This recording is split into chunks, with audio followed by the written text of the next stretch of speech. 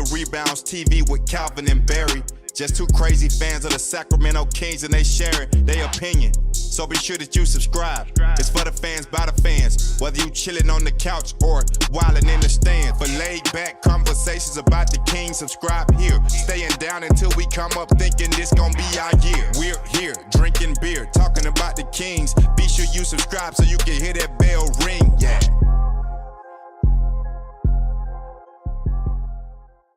$17.76. A new What's up, crafting Kings lesson fans? for Welcome back to Royal Rebounds, the Sacramento Kings YouTube channel for fans by fans. It's Tuesday. I got Calvin here joining in. Welcome in, Calvin. Welcome. Thank you, Barry. Welcome in to everybody in the chat. What's up, Jeff? What's up, Brian, Mike? How you guys doing? Yeah, awesome day to be a Kings fan, just like every single day is. But hey, we got a ton to talk about today on the channel. We're going to talk about training camp, which opens up next week. We're going to talk about some possibilities for the 2022 season, what the good, the bad, and the buddy looks like for the Sacramento Kings. We're going to go over some interesting Sacramento Kings trades that I found in the news today. And then we're going to talk about some NBA news, the one and done rule, LeBron James' new haircut, what's going on with the Phoenix Suns ownership group. And then we're going to end it, as always, with Q&A. So yes, shout out to Alfie Man, Mike, Jeff, Brian. Thank you guys all for joining in. Calvin, let's go ahead here and jump into today's show. You ready? I'm ready. All right, let's do this. So first off, quick surprise to all of you that have been asking for new merch. Congratulations. We got new merch here in the store. So make sure you check it out. If you enjoy our other channel, All NBA Basketball at the Bar, we got a cool, awesome tee now here for that. We're rocking this cool End the Streak shirt that I actually love a lot. It comes in white and black. And as you can see, Calvin's got it on right now. Let me drop your name. That's right. This is the year. You better get it while it's hot. Awesome tee. We got it in long sleeve and short sleeve.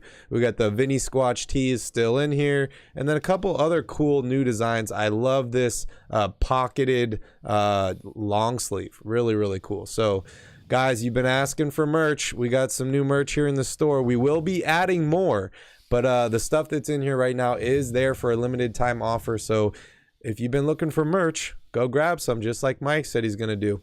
All right, Calvin, let's go ahead here and jump into Kings training camp, because it starts next week on the 28th, which is next Wednesday.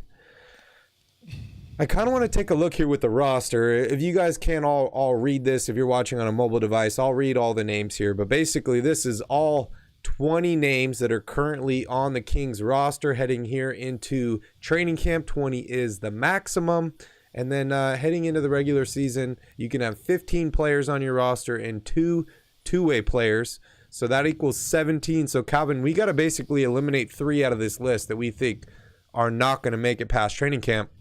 To break down these names real quick to everyone that's watching: De'Aaron Fox, Domantas Sabonis, Harrison Barnes, Kevin Huerter, Richaun Holmes, Malik Monk, Keegan Murray, Davion Mitchell, Terrence Davis, Alex Len, Kent Bazemore, Matthew Dellavedova, Trey Lyles, Quinn Cook, Chimezie Metu, KZ, oh, I always mess this one up, Calvin, Okpala, Sam Merrill, Chima Monarchy, Namias Keita, Keon Ellis.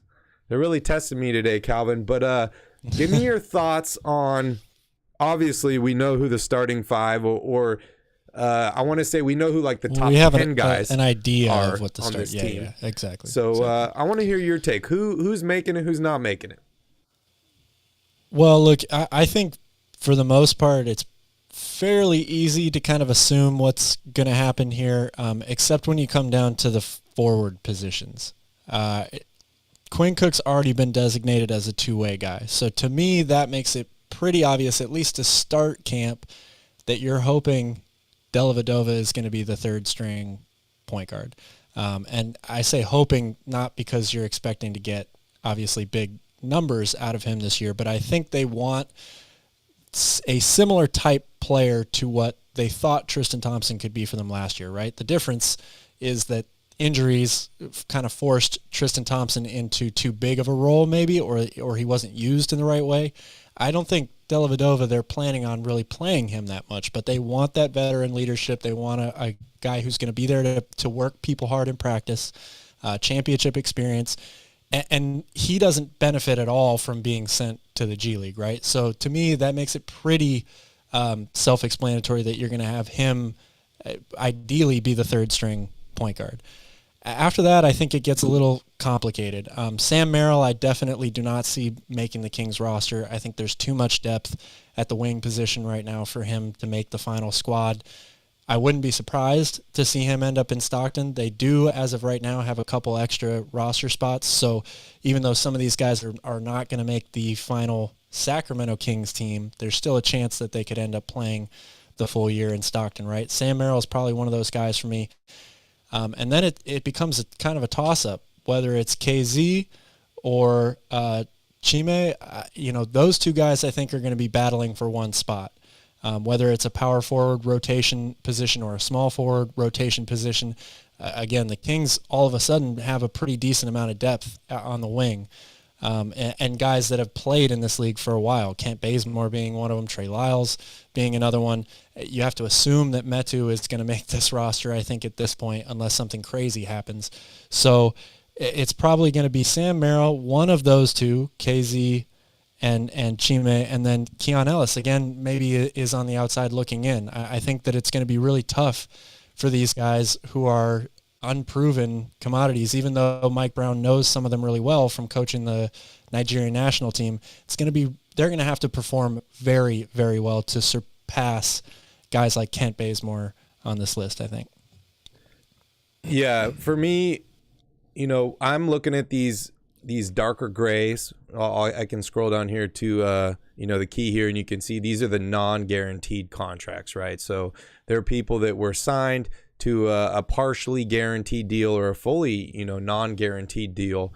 So they, to me, are the ones that are really at risk of not making it on the roster. This might not be a popular opinion, but first one I think that's the odd man out is going to be Matthew Dellavedova. I think he's the old man on this roster at 32, I believe, at this point. Played for Mike Brown back in Cleveland with LeBron James. I love what he brings to the squad, but this team's got a lot of point guards now, right? I mean, you look at this roster, you got De'Aaron Fox, you have Davion Mitchell, who's entering into his second year. You brought in Matthew Dellavedova, Quinn Cook, some of these other younger guys. I think that Matthew Dellavedova is the odd man out. I think he will be the guy that pushes everybody at training camp, but ultimately doesn't make it on the squad. So my first guy, and it's unfortunate that I say this because I like Delly a lot, but unfortunately I see Matthew Dellavedova as potentially being one of the first guys cut at training camp. Other than that, I think I agree with you. I think KZ probably doesn't make the squad. They're getting a little deeper here. And then, yeah, it's between Chima and Sam, right? I love the shooting that Merrill brings to the Kings. I think that that's a necessity. But I think ultimately those two are going to be battling for, kind of that final spot on the Kings roster. Now, all these things could change, right? The Kings could sign two more guys in the next week and drop two of these guys and change a bunch of this stuff. But so far, I think that Keon Ellis, Nehemias Keita, Metu, Lyles, I think that all those guys are safe. Kent Bazemore, I think he returns to the Kings after playing with Mike Brown previously in the Warriors and with the Kings before that. So, yeah, for me, it's going to be Delly, KZ, and then probably either Merrill or Monecki. But we'll see. We'll see. Brian says, I could see KZ getting bumped. Yeah, I mean, I'm high on KZ. I think that, the potential is there. But as Calvin mentioned, this team's got a lot deeper in the past year, right? Like, not even at the point guard position, but at the wing position also in power forward. You drafted a guy. You brought back in some other guys. A lot of people forget about Trey Lyles. He didn't play the whole year with Sacramento last year because they brought him in late due to a trade. I think Trey Lyles played really well during certain spurts at the end of last season. I think he's going to get a lot more run at the power forward position this year. Any thoughts on that, Cal? Yeah, that one, I mean, the power forward position to me is the biggest mystery on this team, right? Because people like myself, I think that Keegan Murray should be the starter in that spot day one. Yep. But that's not a guaranteed thing by any means. A lot of people have floated the idea of playing Rashawn Holmes and Sabonis together. Some people probably like Metu in there. Some people might like Trey Lyles. But then, it gets even harder after that, right? Once you solidify a starter, who's the next guy off the bench? Who's the next guy after that?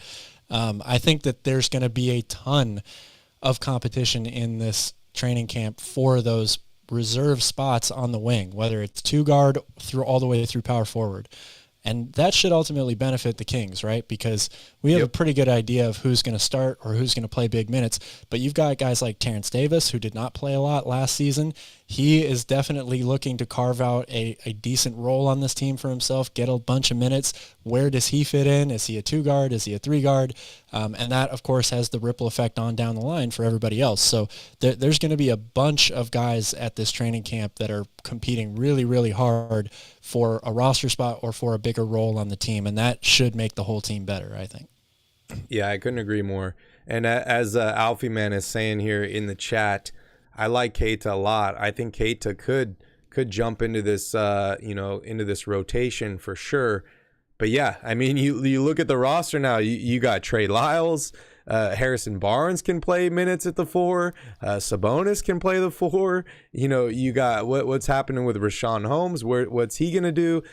You got Metu. Like, there's so many guys. Not even to mention Keegan Murray, the first overall pick. So right. a logjam at multiple positions for this team, which is not a bad thing. This is a good thing, like Calvin mentioned. This is competition in camp, and this is something that the Kings definitely need. One thing I think we can definitely agree on, Calvin, is that Fox, Sabonis, Barnes, Holmes, Monk, Herter, Mitchell, Murray are all going to be there, right?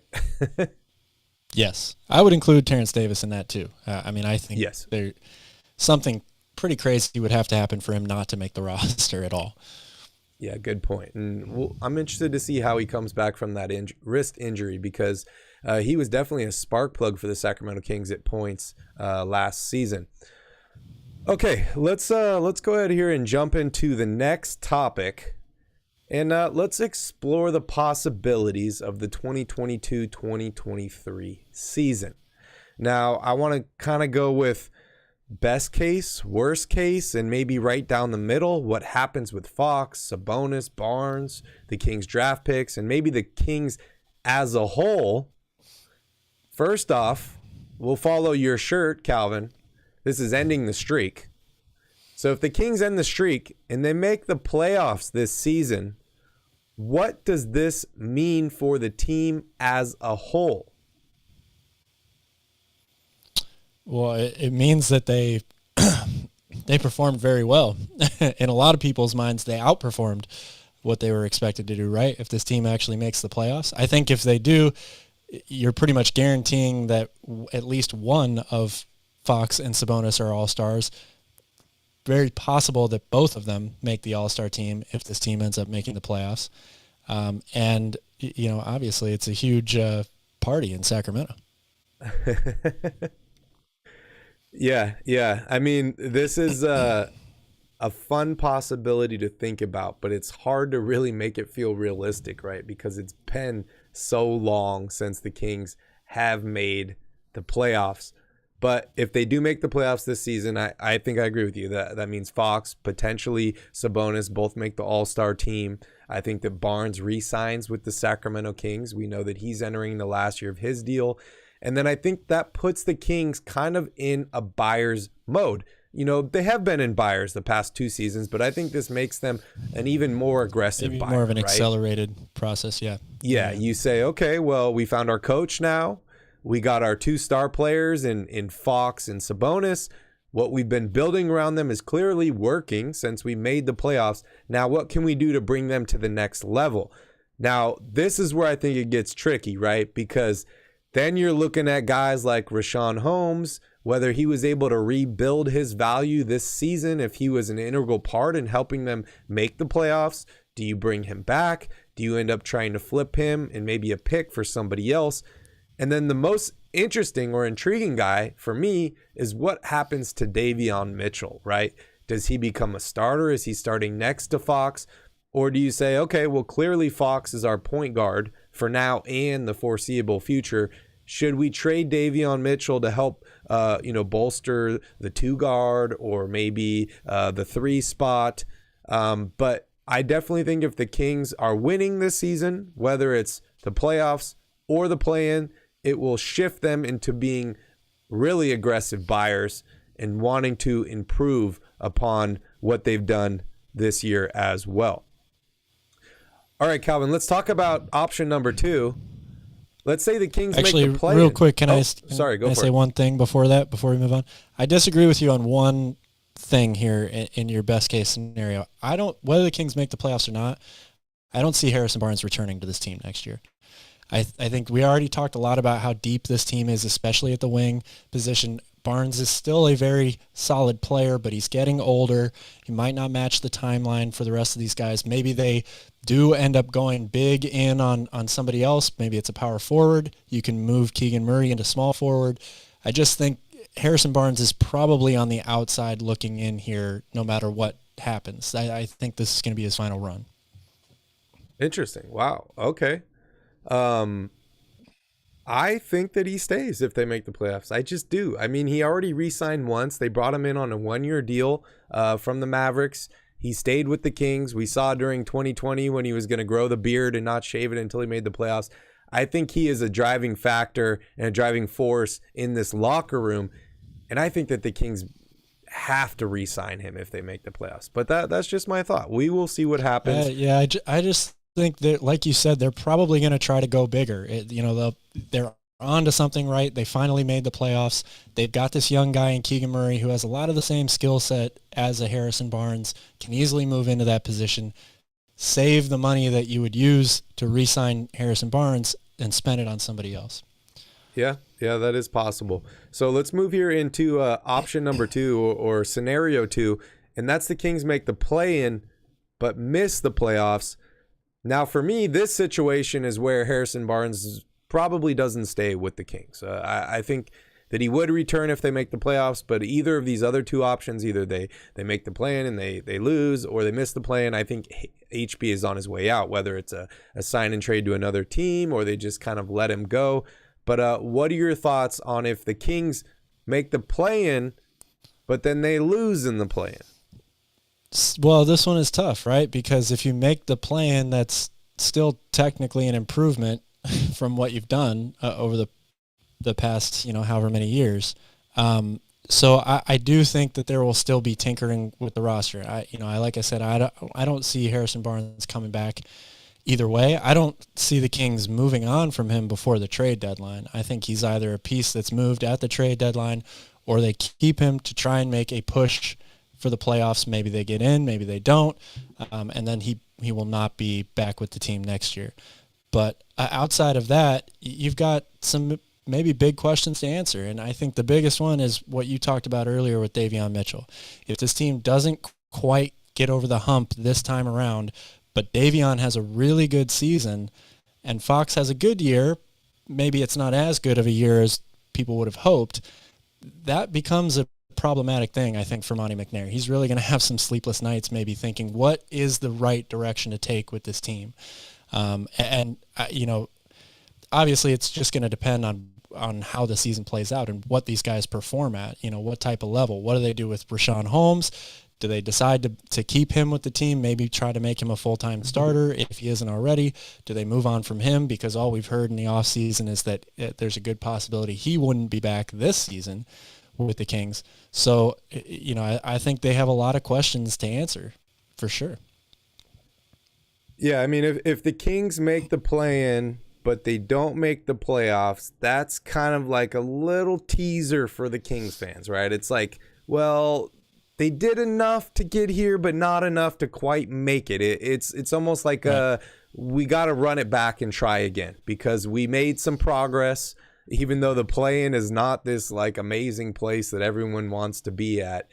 It is for Kings fans, and it is for the Sacramento Kings. So, I agree with you. If they make the play-in, but they miss the playoffs, things get a little tricky, right? Because then you kind of look into like, well, did Keegan Murray really live up to what he was going to be? Yes, he's just a rookie, and it's one season.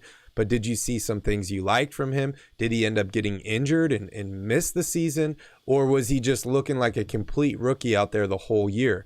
And then on your point on Davion Mitchell, I think that's also another important factor too, right? Because, if Fox and Sabonis play well and the Kings don't make the playoffs, then that means it's on some of those other guys. Like Davion Mitchell didn't do what he was expected to do. Harrison Barnes probably had a horrendous season and kind of down the line. So Kings make the play-in, but miss the playoffs is kind of the most tricky scenario here in all three of them, because you're kind of in that middle ground where do you rip the Band-Aid off, or are you still kind of pulling it off slowly? So I agree with you. That is the most tricky of the three scenarios.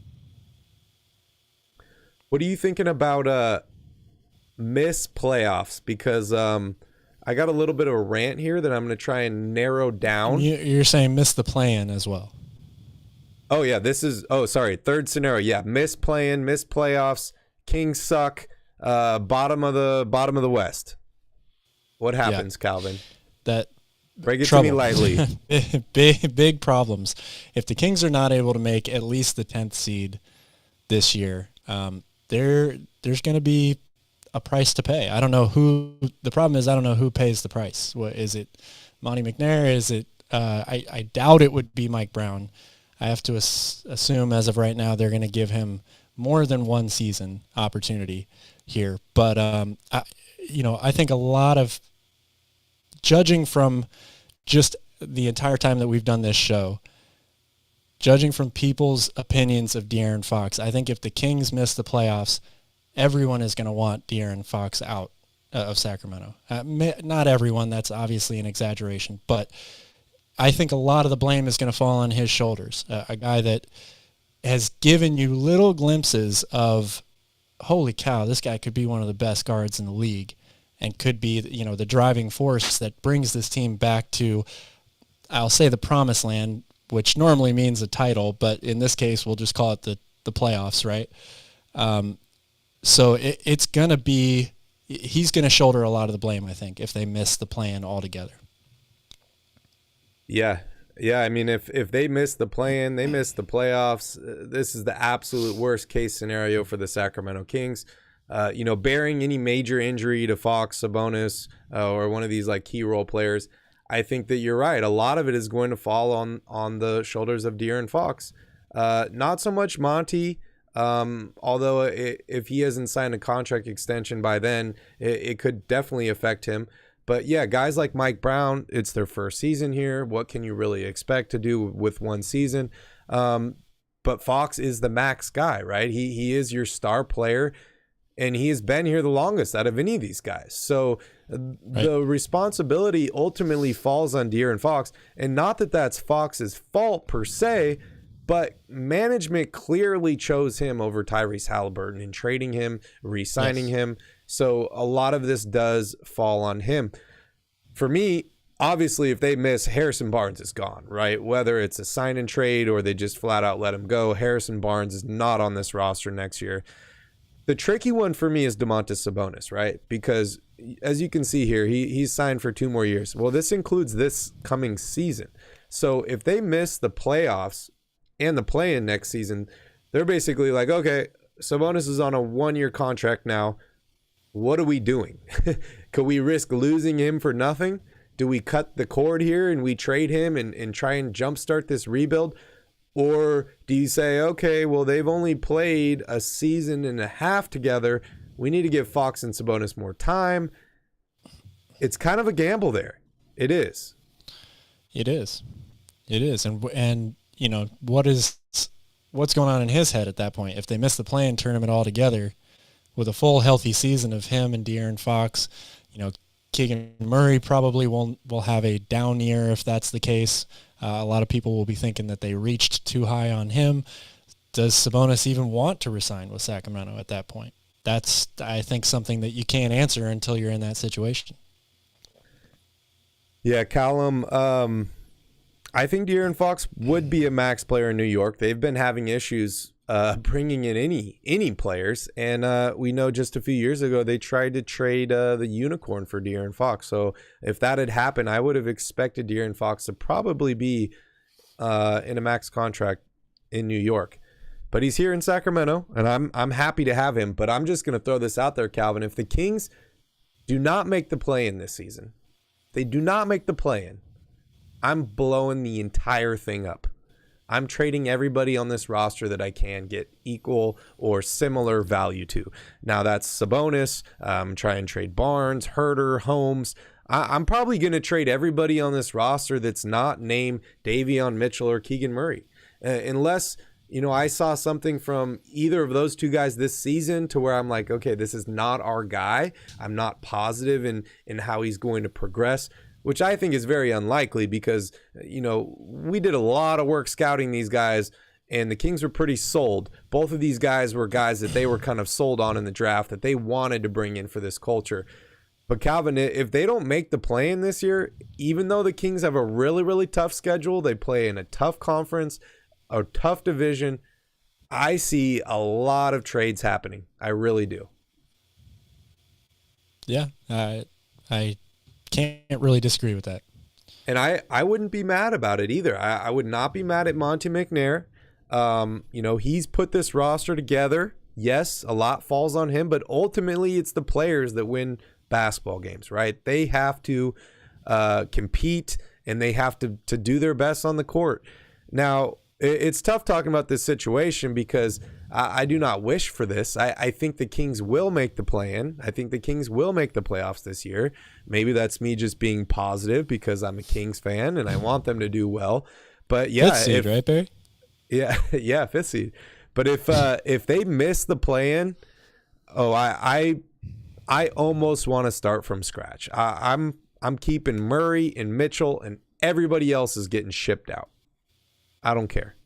I want to hear from you guys in the chat. What do you guys think? Do they ship everybody out if they miss the playoffs? It's a waste of time even talking about this situation, Calvin, because we know they're making the playoffs. Well, we hope it is. But anyways, let's move on here. I saw two interesting trades in the news recently. It's interesting we're talking about trading everybody. This is and I'm not vouching for either of these trades, but some interesting trade deals that I saw here. New York Knicks land De'Aaron Fox in blockbuster trade scenario. Knicks receive De'Aaron Fox, Terrence Davis, Alex Len. Kings receive Julius Randle, Derrick Rose, your boy, Cam Reddish, 2023 first-round pick from Dallas, and a 2025 first-round pick from Milwaukee. Calvin, what do you think about this deal?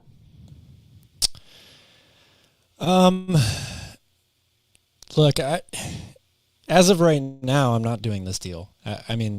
I still have faith in De'Aaron Fox to have a really good season. Like Callum?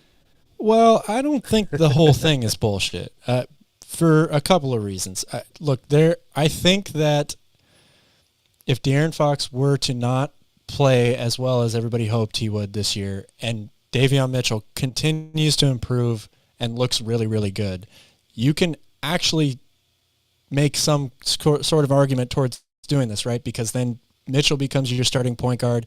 I know they're not great draft picks, but you're getting a couple of draft picks, and you're getting another guy who's been kind of hit or miss, but has been a really top performing power forward in the league, which would also help, support my idea of Harrison Barnes is not back on the team next year. Julius Randle then becomes your starting power forward, and Keegan Murray can slide over to small forward. Now, again, I'm not saying that I want to do this deal right now, but I'm trying to make a little bit of sense out of why you would do this. Derrick Rose is definitely getting older, but he continues to, when he is healthy, perform at a high level, whether it's coming off the bench or starting. Yes, when he's healthy. He has been, up until very recently, pretty reliable, I would say, over the past 5 seasons in a reserve role. And Cam Reddish is a really nice young player to add also, right?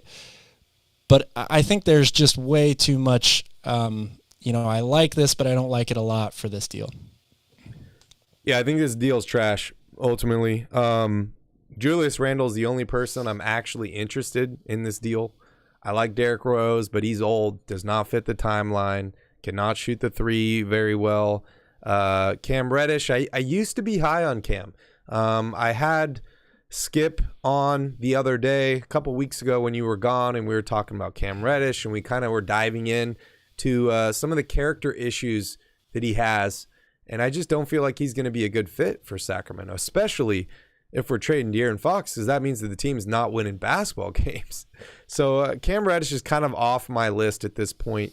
I think I even saw an article where he was requesting a trade from the Knicks now, or demanding that they play him more. So definitely not happy with that guy. As far as these draft picks goes, 2023 first-round pick for Dallas, that's not going to be worth much. And a 2025 first-round pick from Milwaukee, I still don't think that that's going to be very valuable. So the only guy that I really like in this deal is Julius Randle.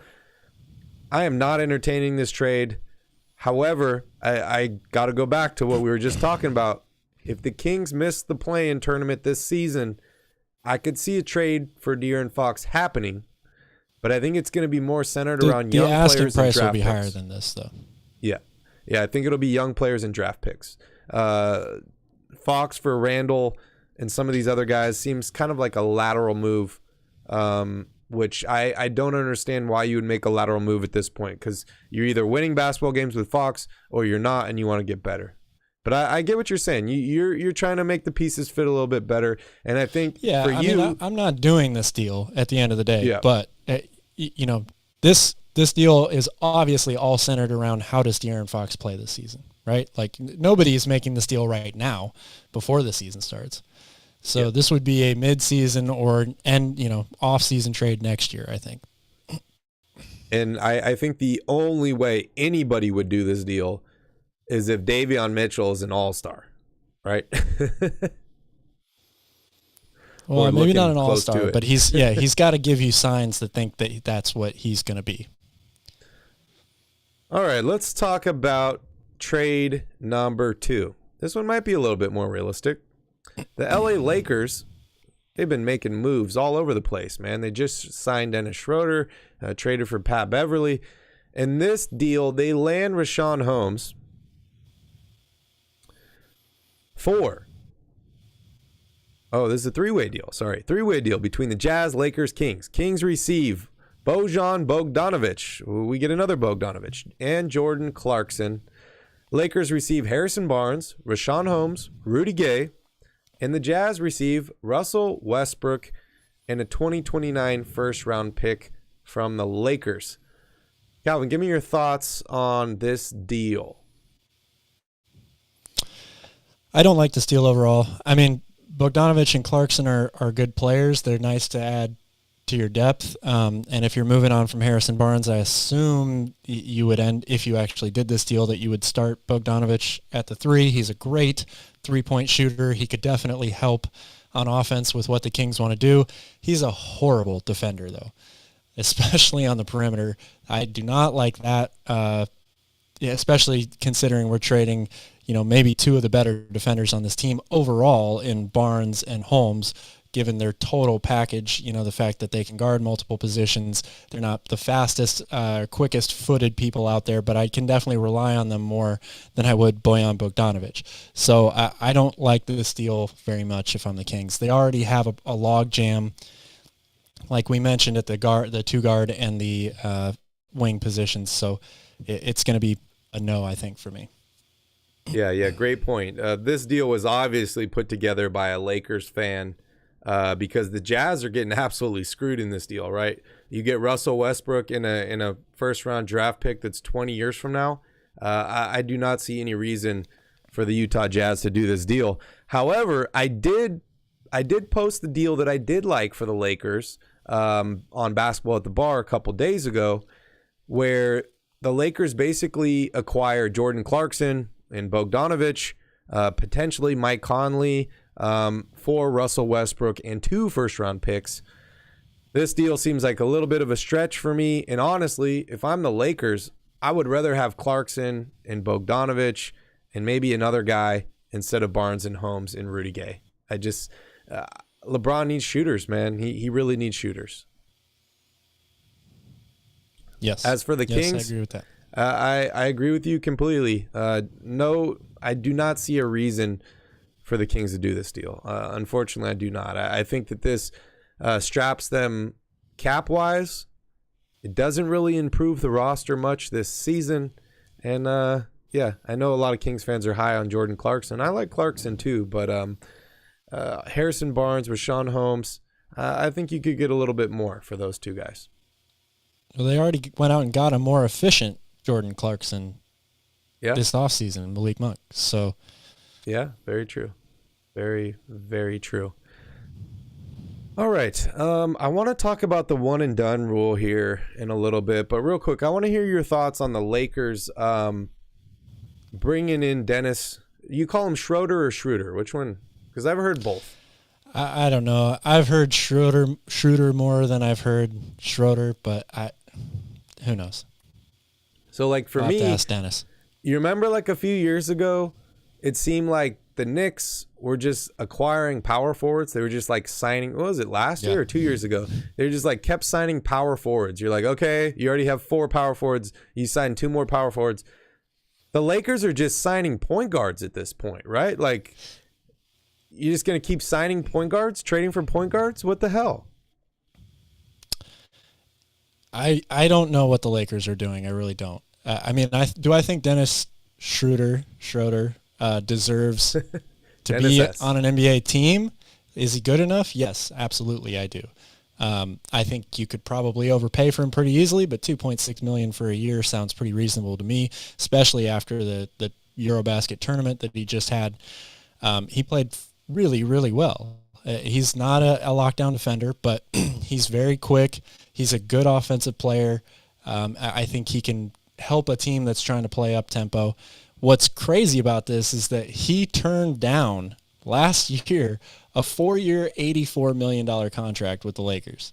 And now he is accepting a 1-year, $2.6 million contract with the Lakers the very next season. So he is the big loser, I think, here overall, but I'm sure he's happy to be back on an NBA team.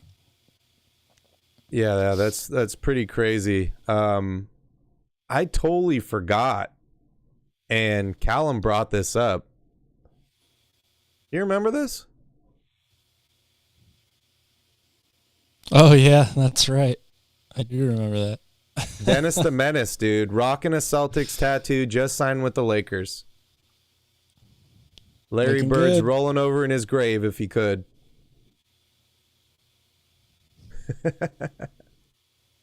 Oh, man. That's absolutely crazy. That really is. All right. What's up, everybody that's just joining in? Derek, welcome in. Gilberto, I don't think I said hi to you. Rudy, Gay, the GOAT, welcome in, everybody. Thank you all for joining us. Oh, also, Elite Kings, what is up? Good to see you all here. All right, Calvin, let's talk about this one and done rule. I made a video today on basketball at the bar, but I don't know. Do you want to summarize it all up here, or you want me to? You go ahead. Okay, so basically, there's a collective bargaining agreement that happens between the NBA and the NBA PA, and it renegotiates every few years. The next one is set to expire at the end of the 2024 season. Good news is nobody's expecting a lockout or anything like that we've seen in the past, a shortening of the season. The things seem to be going pretty smoothly. What's up to debate right now is the one and done rule, right? Which was, it started in 2005, where basically you had to spend a year outside of high school to be eligible for the NBA draft. Now, before that, many players went from high school directly to the NBA, including a lot of your favorite players, right? I can name LeBron James. You got Kobe Bryant, Dwight Howard, a ton of different guys made the transition from high school to the NBA. Now, there's debate over what the purpose or the original intent of the one and done rule was, right? Whether it was to protect NBA franchises and GMs from taking huge gambles on young players with a lot of potential. A lot of people say it was, to help the NCAA make more money, forcing these guys to go play a year in Kentucky and then come to the NBA. But this rule could come to an end as soon as the 2024 NBA draft. And if you're thinking, no, this will not impact Bronny James because Bronny is a senior this year. He's not eligible for the draft next year, but in 2024, he would have already been 1 year removed from high school. So it would not affect him. However, it could affect Bryce Maximus James. Crazy. We could see all three of those guys playing together in 2024. But back on subject here, Calvin, let me know your thoughts on the one and done rule. Well, I think they should reverse this. Look, times have changed a lot. First of all, the one and done rule, I think, was done a little prematurely. I'm a big college basketball fan. You know that. I love to watch the tournament. I love to watch college teams play. So I would like for there to be more talent in those bigger games, right? The idea, if you have the ability to jump straight from high school to the NBA, then maybe there isn't as much talent in the NCAA. I don't really agree with that 100% though, because first of all, only the very, very top 1% of guys are able to make that jump from high school directly to the NBA, right? You are taking the best players out of the college pool, but you're not taking enough of the talent, I think, from top to bottom. Also, all the other leagues around the world, including the NCAA, have changed their rules in terms of players being able to make money at a young age. There's NIL deals now, so guys can make money in college, which does incentivize players to go to school. There's also the ability to go play in the G League. They increased their base level pay for the top level athletes to come straight out of high school, bypassing college altogether. There's all these other leagues around the world. We saw LaMelo Ball go play in New Zealand. So guys are going to make the moves that they think are the best for them anyway, right? So in that sense, I don't think it really matters much to have a one and done rule. Yeah, good point.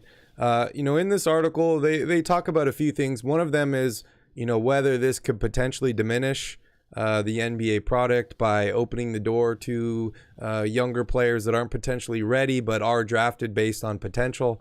You mentioned a guy in LaMelo Ball who would have definitely gone straight to the NBA if he was allowed to, and we've seen other guys in the past that have unfortunately hurt their draft stock, guys like Harry Giles, former Sacramento King, and some other guys that had exceptional high school careers that ended up having issues in college.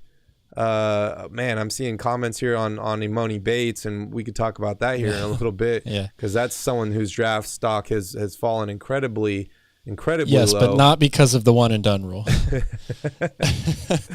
Yeah, it's crazy, no, but man. Shaden Sharp is a good example, right? There is he didn't have the ability to jump straight to the pros, right?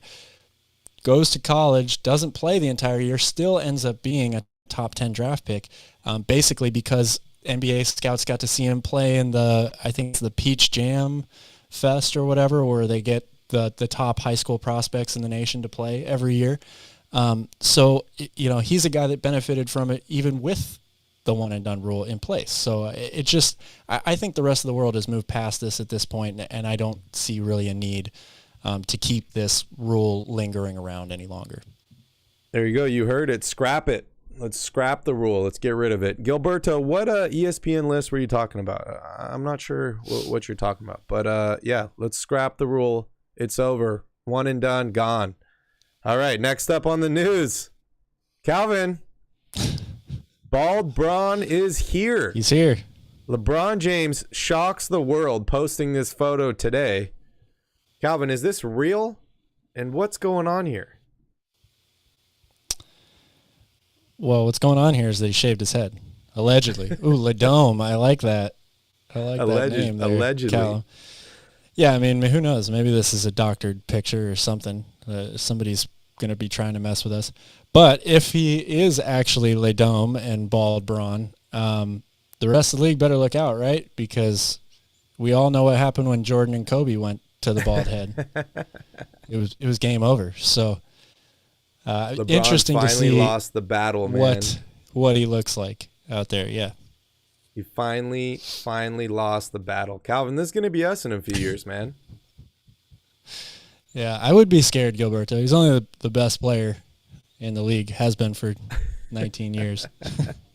He's embracing being the old man on the roster. He's like, I just want to remind you all, just going to shave it. He's probably saving, a couple $100,000 a year by shaving his head here, not having to worry about whatever treatments he was getting. But yeah, he can take, probably a couple $100,000 out of his how much money? He spends over $1 million on himself. So now he no longer needs the hairline. $1 million on health, but 80% of that is on the hairline. No, I'm just kidding. We're hating on LeBron just because he's a Laker. But yeah.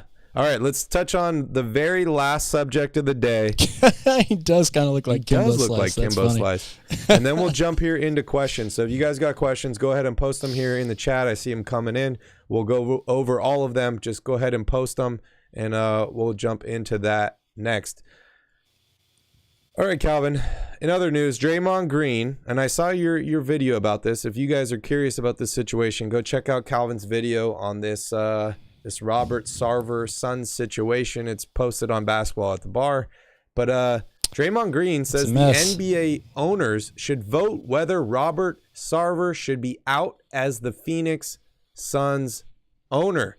Now, we know that he's been suspended for 1 year, and he's been fined $10 million, which is being donated to charities to help, underprivileged communities. Calvin, what are your thoughts on this? Because I want to remind you real quick, we left last time on the dude was a weirdo, but being weird is not illegal. Yes, being weird is not illegal. That's for sure. Look, whether or not you think or we think that Robert Sarver should sell the team or not, ultimately that doesn't matter, obviously. But what I do think is important here is when we talked about this last, I said it would be shocking to me if the NBA players did not take a strong stance and be aggressive in trying to get him removed as owner. It's pretty clear that is what is going to happen here. I think the closer and closer we get to the season, the more and more chatter you're going to hear about this. And then what happens on opening night in Phoenix, I don't know. But I do believe that the players are going to do everything that they can to get him out. Yeah, it's really a strange situation. And I just want to say it again. I feel so bad for Chris Paul that he's dealing with this again after going through it with the LA Clippers when they were a really, really good team. And that was like during the middle of the playoffs. I don't know if this affected their playoff chances this last season, but they definitely seem to be bothered by something in the playoffs, whether it was injuries or internal struggles or whatever. Just a strange situation. But yeah, kind of back to what I was saying last time, right? The dude, all these weird things that are coming out, right? About he said the N-word multiple times when recounting statements of players. He was angry that they could say it and he couldn't. And then there's like sexual assault harassment charges against men and women and a bunch of weird things that he's saying. So as I said last time, the dude just comes off as a complete weirdo to me that's not in touch with reality. And although being a weirdo I don't think is illegal, would you really want him as a business partner? And that's kind of the thing about the NBA, right? It's much different than a lot of other businesses because, okay, you own a team, but in reality, you're a partner in the league, right? You're partners with all these other business owners.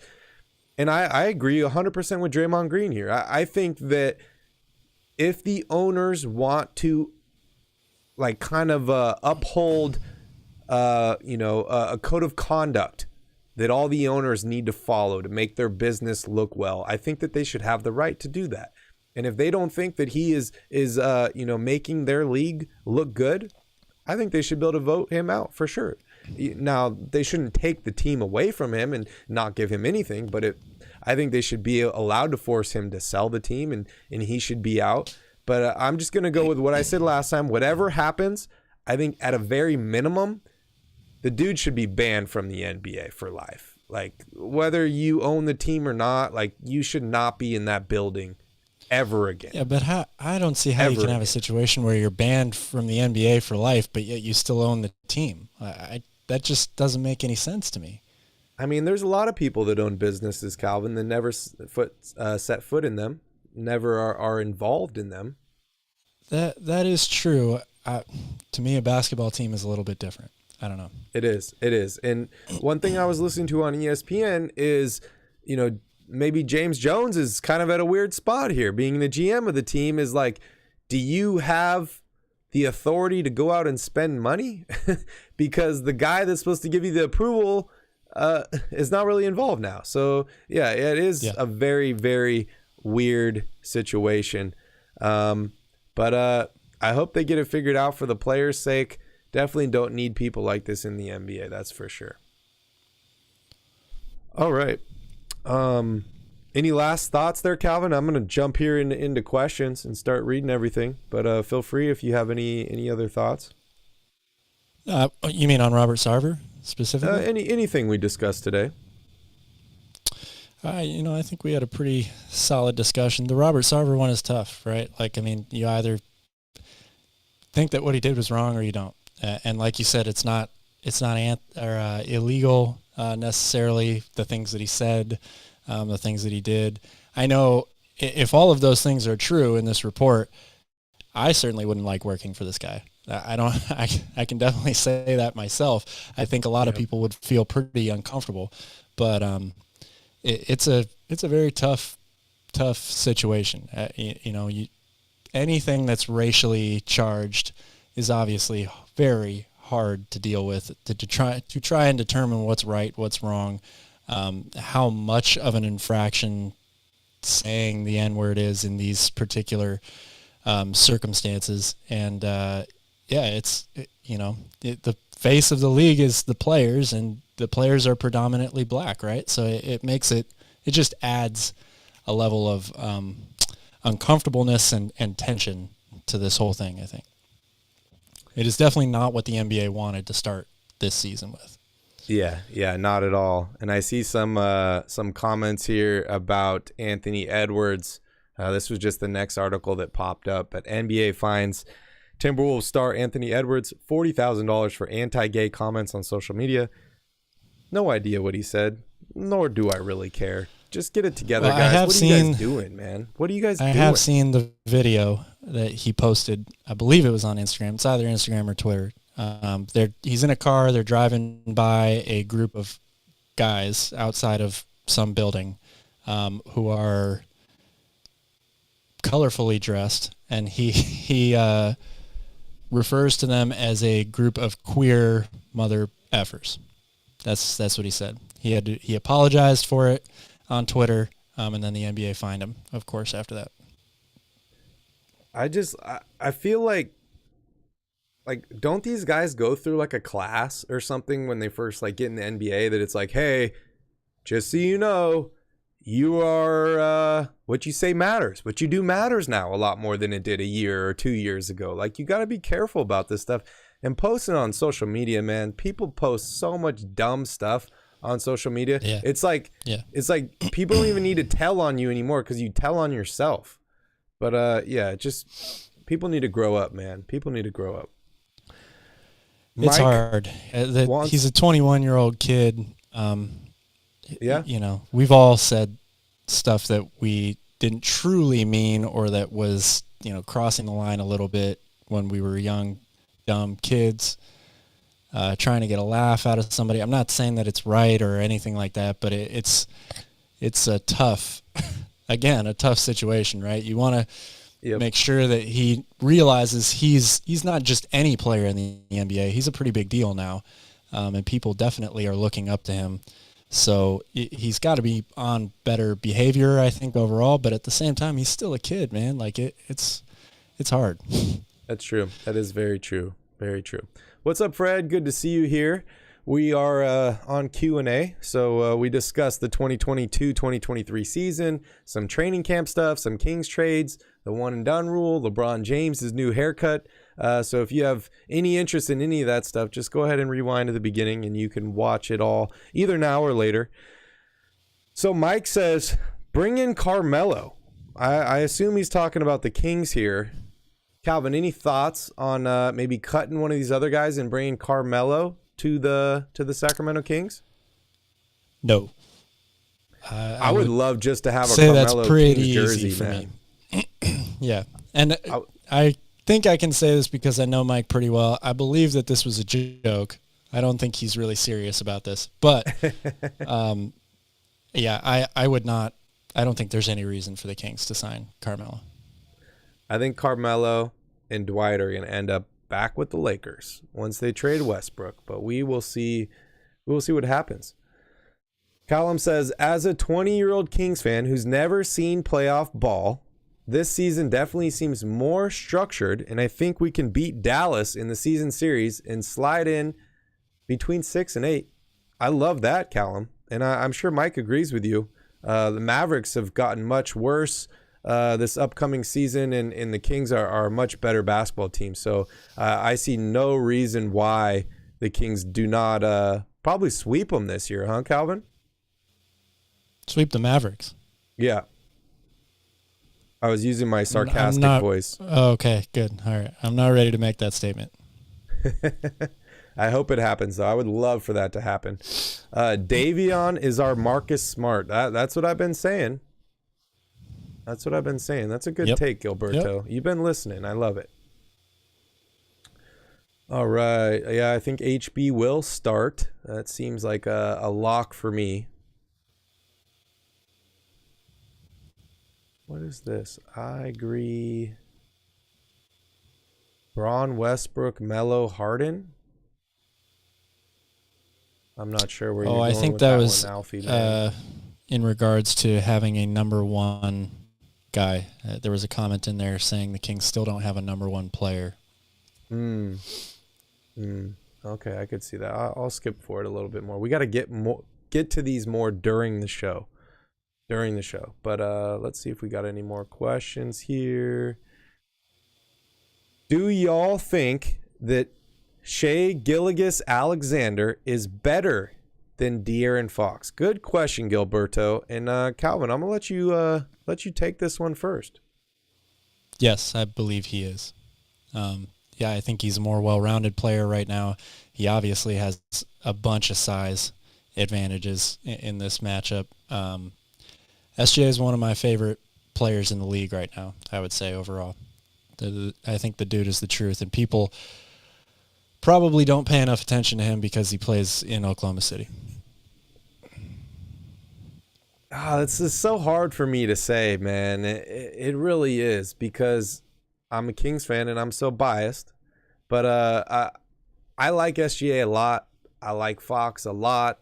I think that Fox has an advantage in speed. He just got to figure out a way that's going to make him a better player. But I think they're both kind of on the same level right now in terms of I've seen a lot of things that I like from them. I'm just waiting for them both to take the next step. Where the difference is the next step for De'Aaron Fox, I think, is kind of internally, versus the next step for SGA is like getting help around him. I mean, Fox needs help too, but which kind of means that he's the better player then, right? If all he needs is help around him. Yeah, that's a tough question. I think I think maybe they're not the same player, but I think they're in the same tier right now of like could be a potential all-star next season. Yeah, I would agree with that. I think SGA right now is already a better defender and a better outside shooter.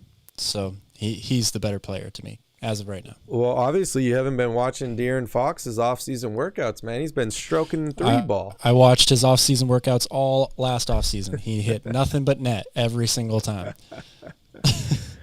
Rudy Gay's the watching GOAT says, guys shoot and in an empty gym where someone is just continually passing them the ball is one of the worst things you can possibly do, because all of those guys are going to make a lot of those shots. Okay, you put me in the gym with one guy passing me the ball, I'm going to hit a lot of my shots. I'm definitely hitting over 30% of my threes. So it is a very tricky thing. Dude, I saw Mark Cuban It's working good. out They with should be Lethal working on it, Shooter but- in the gym, and he was hitting shots. Yeah. And I remember the quote from Lethal Shooter was, Mark Cuban is dedicated to get better. The dude's been in the gym here for hours, and he wants to keep working. No idea why, but congratulations to him. When you've already won at He's trying everything, to what make else the do you team. win at, right? Yeah, right. He's trying to follow in Bill Russell's footsteps. Or I guess that wouldn't even be Bill Russell, but he's trying to follow in Jackie Gaze, the Moon's GOAT, footsteps. says, Metu gonna transform like Giannis did. Man, that would be incredible if that actually happened. Oh, if that happens, the Kings are definitely making the playoffs this season. No doubt about it. No Yeah, doubt I about think it. that's safe to say. Fifth seed. We bet on fifth seed, right? Yes. I don't know that you have anything riding on the 5th seed, but I do. Well, I have the ability to watch you riding on it, so that matters. Yeah, that's a good Brian point. says, even blowing up the roster, I guess this was back when we were talking about if the Kings just missed the play-in, missed the playoffs, are horrible this season. I said I'd blow up the roster except for Murray and Mitchell. He says, even blowing up the roster, I would want to keep Sabonis and Murray. Brian, I like where you're going with this, but my main problem is that Sabonis will be entering in the last year of his contract. And I don't want to lose him for nothing. And if you're going to be rebuilding the team, I think you got to get rid of Fox and Sabonis because they're going to help you win games, which is going to put the Kings right in that like 7, 8, 9, 10 draft spot every single year. And then you're going to end up losing those guys in free agency for absolutely nothing. It's tough, man. It's tough because I do love Sabonis a lot. And obviously I don't want the Kings to miss the play-in. But if they do, I might be making some emotional decisions, Calvin. Well, there's definitely going to be emotional decisions made if that's the case. Yeah, I'm with trade Fox here. Not to trade Fox, but I'm with him. No more rebuild. All right, Gilberto says SGA is better. He plays tougher and has improved drastically year to year. I see. I mean, Fox has improved year over year as well. Yeah, it's tough, man. It's tough. And SGA switched teams too, and he hasn't really had, I don't want to say he hasn't had any pressure on him, but like he can go out there and play freely because he's not getting any criticism at all if that team loses any games. Versus De'Aaron Fox is, I think, in a little different spot. Callum says De'Aaron Fox definitely isn't the 22 ranked point guard in the NBA. He's talking about the ESPN list. I'll pull that up here in a second. We can kind of go over that. All right. What is this bullshit trade? Yes, I remember those. Maybe we can try and upgrade Fox to help Sabonis. I mean, I'm always open to any way to upgrade the roster, right? Like, I love Tyrese Halliburton, but I'm always in for upgrading the roster because that's ultimately what the Kings need to do is they just need to keep upgrading the roster, even if it's just one small step at a time. It's 59 degrees in Sacramento right now. Ooh, that sounds cold, man. Wow, that's cold. It's pretty warm in here. I think it's like 74 outside. Wild. Jeff says, is Keegan Murray a starter and finisher game 1 of the regular season? Calvin, what are your thoughts? I would say yes.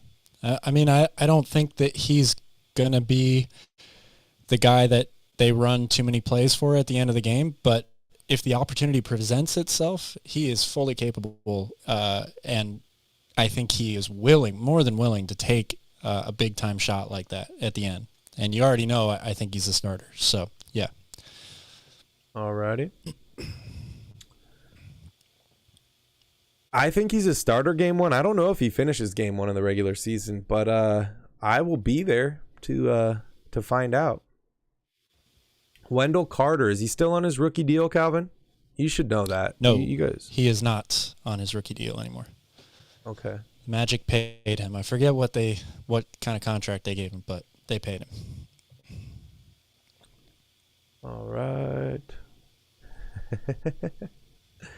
Keita is a beast. I'm telling you all. Watch the FIBA highlights. Keita highlights. I mean, everybody looks good in highlights, Alfie, man.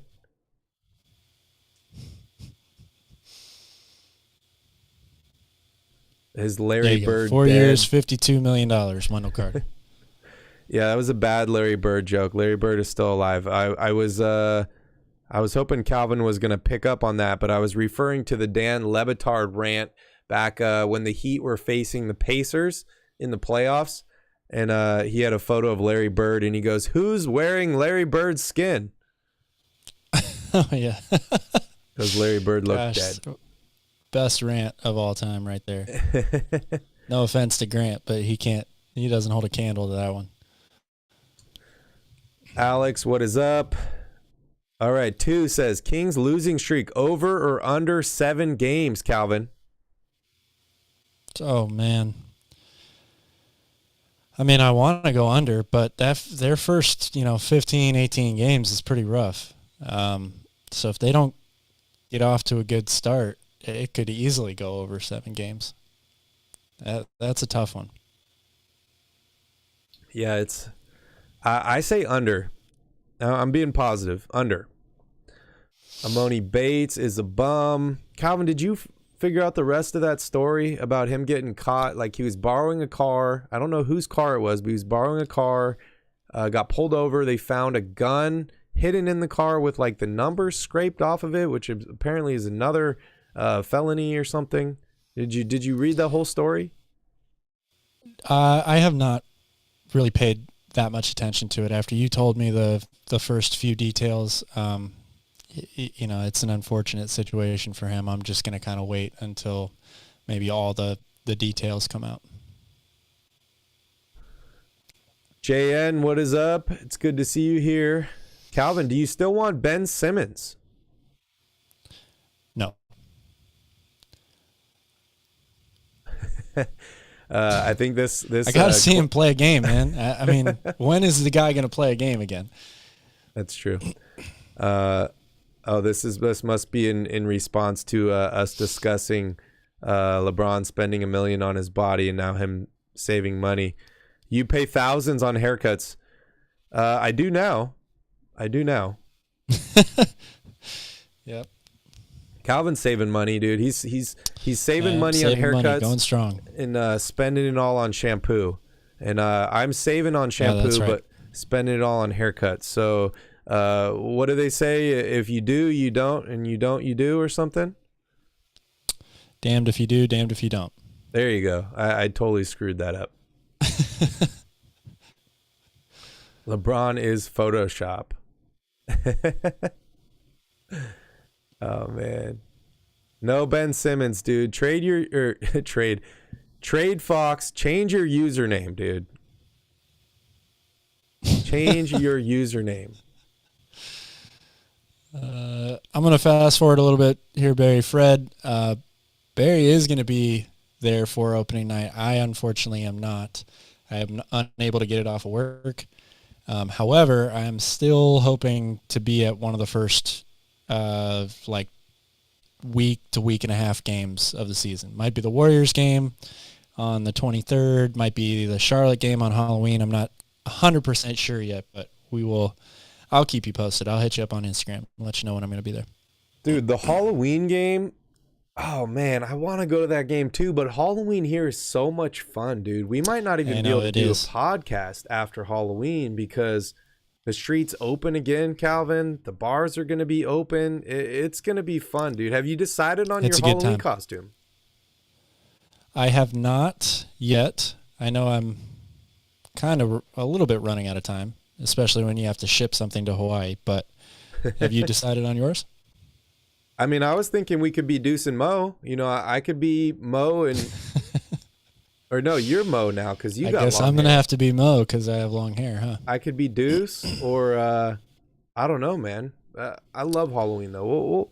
We'll figure it out. If you guys have any ideas for costumes, let us know in the chat. All right, let's jump into this list real quick. We're not going to be able to talk about this whole list because it's a long one. But basically, 100 ranked. This is the top 100 players this season. Oh, this is only 100 to 26, so I must have missed the top 25. I'll have to find that here. But our old friend Bogdan Bogdanovic rounding in the top 100.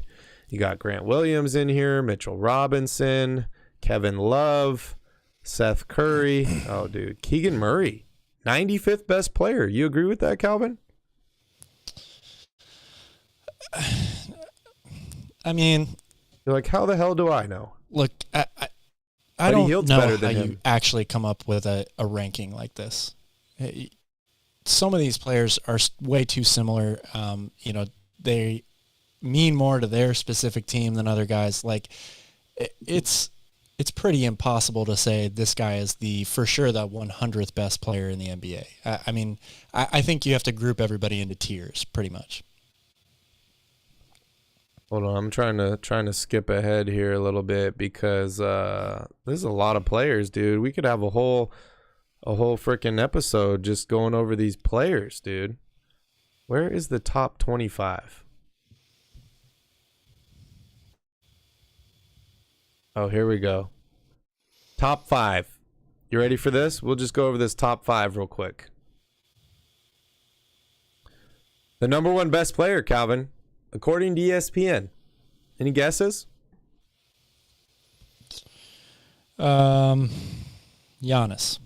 Oh, Kevin Durant. Kevin Durant. Wow. You agree, disagree here? Well, look, this is what I'm trying to say. Like, you can make a pretty legit argument that Kevin Durant is the best player in the world, right? Like, you can make a pretty good argument that Giannis is the best player in the world. You can make a good argument that LeBron is still the best player in the world. Kawhi Leonard, like, there are reasons, facts to support claims for all of these guys, which is why I think having them ranked like this, it goes. When we were doing our top 5 players of all time, like it's just so arbitrary. Yes, you can look for specific things in their games, numbers that mean certain players are better than others. Like, I think it's pretty obvious to tell that Kevin Durant is better than most of the players in the NBA. Is he actually better than Giannis and LeBron and Kawhi and all these guys? Like, a lot of people will say yes. A lot of people will say no. I think it's just an incredibly arbitrary thing to discuss. Yeah, I agree. I mean, you got Giannis in here as number 2. You got LeBron as number 3. I wonder if Bald Bron is going to go up higher on the list or lower. Definitely can't keep him there with that haircut. You got Doncic. Wow, that's a surprise at 4. And then number 5, Steph Curry rounding out the top 5. Yeah, as you were saying, this is so hard to tell, right? It really is. It's so hard to tell. Like, if we were to go over this whole list of the top 100 players, you and I would be talking for like 2 days going over all these guys. We would never end the conversation. We wouldn't. Yeah. This has got to be the hardest thing to do, dude, to just make this list. Yeah. Like no one person can make this list. This has got to be like 10 people in a room of writers that are, and you have a list, and you're like, okay, let's all vote, and then we'll take the averages and make it work, because it's so hard to rank all these guys. It really is. Like why would KD be higher than Curry on this list? Right? Like, how can you say that his team didn't make the playoff, or sorry, they got swept last year in the first round of the playoffs, versus you have a guy who's the best shooter of all time, just won Finals MVP. Yes, I think that Durant is a better player than Curry overall, but if you're just ranking players going into this season, it's so hard to rank these guys in an order. Yep, I agree. You think Curry should be higher than 5? Honestly, no, I don't. I think Curry's a tremendous player, but I think there are better two-way players in the game than him. Okay. I think Luka's actually a little too high. Yeah, 4. But again, that's my personal opinion. I don't think Luka is a good enough defender to be the 4th best player in the NBA yet. The sky is absolutely the limit for him. But right now, today, he's got to be better. He's got to be a more efficient player. He's got to be a better three-point shooter. He's got to be a better defender. I realize they ask him to do so much, but still, if you're going to say you're one of the top 5 players in the NBA, to me, that's somebody that does everything for their team. Yeah, that's true. And just Buddy Hield in the top 100. That is hilarious to me. All right, everyone. Want to thank you all for joining us on this episode. We had a lot of fun hanging out tonight. I do want to remind you all, if you weren't here at the beginning of the show, we are dropping some brand new merch in the team store, royalrebounds.com. If you want to pick up any of these lovely articles of clothing, they are available for a short time only. Calvin's rocking the End the Streak. So make sure you guys check it out. Thank you all so much for watching. Please hit that like button. Please hit that subscribe button. We will be live tomorrow night on Basketball at the Bar, but no show on Thursday. So we will be back on Royal Rebounds next Tuesday. Thank you guys so much for watching. Have a wonderful evening. And Calvin, any last words? Training camp's right around the corner. Go Kings. Thanks for watching. Go Kings. We'll see you one day before the start of training camp. Thank you guys so much and have a wonderful evening. Go Kings.